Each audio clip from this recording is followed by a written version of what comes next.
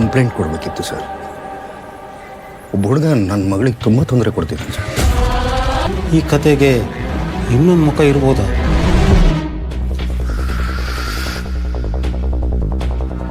ನೀನು ಇಲ್ಗೂ ಹೋಗಲ್ಲ. ಇದುವರೆಗೂ ಅವರು ಇವರು ಹೇಳಿದ ಕತೆ ಕೇಳ್ತಾ ಇದ್ವಿ, ಈಗ ನಿಜವಾದ ಕತೆ ಕಾಣ್ತಾ ಇದೆ. ಈಗ 1 ವಾರದಲ್ಲಿ 2 ಕೊಲೆ ಆಗಿದೆ. ಅವ್ನು ತಾಳ್ಮೆ ಕಳ್ಕೊಂಡ್ರೆ 1 ವಾರ 1 ದಿನ ಕೂಡ ಆಗ್ಬೋದು. ಎಲ್ಲ ಗೊತ್ತಾಗೋಯ್ತು, ಸಿಕ್ಕಾಕೋತೀಯ ಈಗ. ನಮಸ್ಕಾರ ಫ್ರೆಂಡ್ಸ್, ಮತ್ತೊಂದು ವಿಡಿಯೋದಲ್ಲಿ ಸ್ವಾಗತ. ನಾ ಇವತ್ತು ರಿವ್ಯೂ ಮಾಡೋಕೆ ಹೋಗ್ತಿರೋದು ವಿಜಯ್ ರಾಘವೇಂದ್ರ ಅವರ second case of Sitaram movie ಬಗ್ಗೆ. ಸೆಕೆಂಡ್ ಕೇಸ್ ಆಫ್ ಸೀತಾರಾಮ್ ಒಂದು ಕನ್ನಡ ಕ್ರೈಮ್ ಥ್ರಿಲ್ಲರ್ ಸಿನಿಮಾವಾಗಿದೆ. ನಿರ್ದೇಶಕ ದೇವಿ ಪ್ರಸಾದ್ ಶೆಟ್ಟಿ ಅವರ ನಿರ್ದೇಶನದಲ್ಲಿ ಮೂಡಿಬಂದ ಈ ಒಂದು ಚಿತ್ರವು 2026 ಫೆಬ್ರವರಿ 20ರಂದು ಥಿಯೇಟರ್ಗಳಲ್ಲಿ ಬಿಡುಗಡೆ ಮಾಡಲಾಯಿತು. ಕಥೆಯ ಮೇನ್ ರೋಲಲ್ಲಿ ಇನ್ಸ್ಪೆಕ್ಟರ್ ಸೀತಾರಾಮ್ ತನಿಖೆ ನಡೆಸುವ ಸರಣಿ ಕೊಲೆ ಪ್ರಕರಣವೇ ಈ ಒಂದು ಮೂವಿಯ ಮೇನ್ ಪಾಯಿಂಟ್ ಆಗಿರುತ್ತೆ. ಸಿನಿಮಾದಲ್ಲಿ ಸಸ್ಪೆನ್ಸ್, ಎಮೋಷನ್ ಮತ್ತು ಇನ್ವೆಸ್ಟಿಗೇಷನ್ಗಳನ್ನು ಚೆನ್ನಾಗಿ ಮಿಕ್ಸ್ ಮಾಡಿ ತೋರಿಸಲಾಗಿದೆ. ಈ ಒಂದು ಮೂವಿಯಲ್ಲಿ ಕಾಸ್ಟಿಂಗ್ ಡೀಟೇಲ್ಸ್ನ ನೋಡ್ತಾ ಹೋದರೆ ವಿಜಯ್ ರಾಘವೇಂದ್ರ ಅವರು ಇನ್ಸ್ಪೆಕ್ಟರ್ ಸೀತಾರಾಮ್ ಪಾತ್ರದಲ್ಲಿ ಕಾಣಿಸ್ಕೊಂಡಿದ್ದಾರೆ. ಹಾಗೆ ಗೋಪಾಲ್ ಕೃಷ್ಣ ದೇಶಪಾಂಡೆ ಸೆಬಾಸ್ಟಿಯನ್ ಪಾತ್ರದಲ್ಲಿ ಕಾಣಿಸ್ಕೊಂಡಿದ್ದಾರೆ. ಹಾಗೆ ಉಷಾ ಭಂಡಾರಿ ಪ್ರಮುಖ ಪಾತ್ರಗಳಲ್ಲಿ ಕಾಣಿಸ್ಕೊಂಡಿದ್ದಾರೆ. ಈ ಒಂದು ಮೂವಿಯಲ್ಲಿ ಈ ಮೂವರು ಅಭಿನಯವೇ ಸಿನಿಮಾದ ಹೈಲೈಟ್ ಆಗಿದೆ.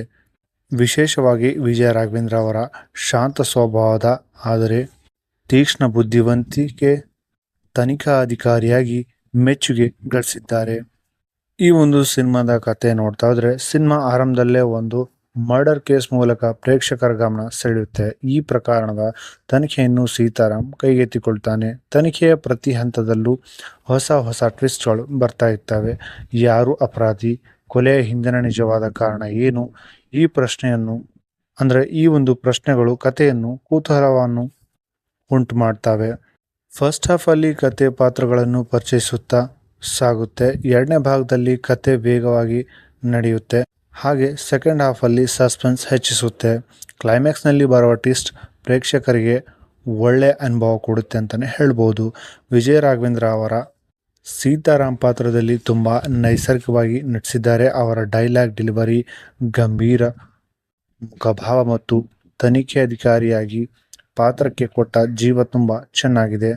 ಹಾಗೆ ಗೋಪಾಲ್ ಕೃಷ್ಣ ದೇಶಪಾಂಡೆ ಅವರ ಪಾತ್ರ ಕೂಡ ಸಿನಿಮಾದಲ್ಲಿ ಮಹತ್ವವಾಗಿದೆ. ಅವರ ಅಭಿನಯ ಪಾತ್ರಕ್ಕೆ ಸಖತ್ತಾಗಿ ತೂಕ ನೀಡಿದೆ ಅಂತಲೇ ಹೇಳ್ಬೋದು. ಉಳಿದ ಕಲಾವಿದರು ಕೂಡ ತಮ್ಮ ಪಾತ್ರಗಳನ್ನು ಚೆನ್ನಾಗಿ ನಿರ್ವಹಿಸಿದ್ದಾರೆ. ಮೂವಿಯ ಟೆಕ್ನಿಕಲ್ಸ್ ಬಗ್ಗೆ ಮಾತಾಡ್ತಾ ಹೋದರೆ ನಿರ್ದೇಶಕ ದೇವಿ ಪ್ರಸಾದ್ ಶೆಟ್ಟಿ ಅವರ ಕಥೆಯನ್ನು ಹಿಡಿತದಲ್ಲಿ ಹೇಳುವ ಪ್ರಯತ್ನ ಮಾಡಿದ್ದಾರೆ. ಕೆಲವೆಡೆ ಕತೆ ನಿಧಾನ ಅನಿಸಿದ್ರು ಒಟ್ಟಾರೆ ಸ್ಕ್ರೀನ್ ಪ್ಲೇ ಚೆನ್ನಾಗಿದೆ. ಅವನೀತ್ ಶ್ಯಾಮ್ ಅವರ ಮ್ಯೂಸಿಕ್ ಸಸ್ಪೆನ್ಸ್ ದೃಶ್ಯಗಳಿಗೆ ಚೆನ್ನಾಗಿ ಹೊಂದಿಕೊಂಡಿವೆ. ಫೋಟೋಗ್ರಫಿ ಕೂಡ ಚೆನ್ನಾಗಿ ಹ್ಯಾಂಡಲ್ ಮಾಡಿದ್ದಾರೆ ಅಂತಲೇ ಹೇಳ್ಬೋದು. ಈ ಒಂದು ಮೂವಿಯಲ್ಲಿ ಪ್ಲಸ್ ಪಾಯಿಂಟ್ ಮತ್ತು ಮೈನಸ್ ಪಾಯಿಂಟ್ಸ್ನ ನೋಡ್ತಾ ಹೋದರೆ ಇಂಟ್ರೆಸ್ಟಿಂಗ್ ಕತೆ ಅಂತಲೇ ಹೇಳ್ಬೋದು. ವಿಜಯ್ ರಾಘವೇಂದ್ರ ಅವರ ಅಭಿನಯ ಸಖತ್ತಾಗಿದೆ ಅಂತಲೇ ಹೇಳ್ಬೋದು. ಹಾಗೆ ಅದ್ರ ಜೊತೆಗೆ ಸಸ್ಪೆನ್ಸ್ ಟ್ವಿಸ್ಟ್ಗಳು ಬರ್ತಾ ಇರ್ತಾವಲ್ಲ, ಅದೊಂದು ಸಖತ್ತಾಗಿರುವಂಥ ಪ್ಲಸ್ ಪಾಯಿಂಟ್ ಅಂತಲೇ ಹೇಳ್ಬೋದು. ಹಿನ್ನೆಲೆ ಬ್ಯಾಕ್ಗ್ರೌಂಡ್ ಮ್ಯೂಸಿಕ್ ಚೆನ್ನಾಗಿದೆ ಹ್ಯಾಂಡಲ್ ಮಾಡಿದ್ದಾರೆ ಅಂತಲೇ ಹೇಳ್ಬೋದು.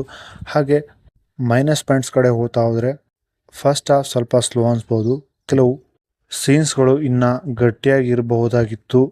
ಒಟ್ಟಾರೆಯಾಗಿ ಹೇಳಬೇಕಂದ್ರೆ ಸೆಕೆಂಡ್ ಕೇಸ್ ಆಫ್ ಸೀತಾರಾಮ್ ಒಂದು ಒಳ್ಳೆಯ ಕ್ರೈಮ್ ಥ್ರಿಲ್ಲರ್ ಸಿನಿಮಾ. ಸಸ್ಪೆನ್ಸ್ ಮತ್ತು ಇನ್ವೆಸ್ಟಿಗೇಷನ್ ಸಿನಿಮಾಗಳನ್ನು ಇಷ್ಟಪಡುವವರಿಗೆ ಇದು ಖಂಡಿತವಾಗ್ಲೂ ಇಷ್ಟ ಆಗುತ್ತೆ. ಸೊ ಇದಾಗಿತ್ತು ವಿಜಯ್ ರಾಘವೇಂದ್ರ ಅವರ second case of Sitaram movie ಬಗ್ಗೆ ಸಂಪೂರ್ಣ ರಿವ್ಯೂ. ಯಾರೆಲ್ಲ ಈ ಒಂದು ಮೂವಿನ ನೋಡಿದ್ದೀರಾ, ಮೂವಿ ಹೇಗನ್ನಿಸ್ತು ಅನ್ನೋದನ್ನು ಕಮೆಂಟಲ್ಲಿ ತಪ್ಪದೆ ತಿಳಿಸಿ.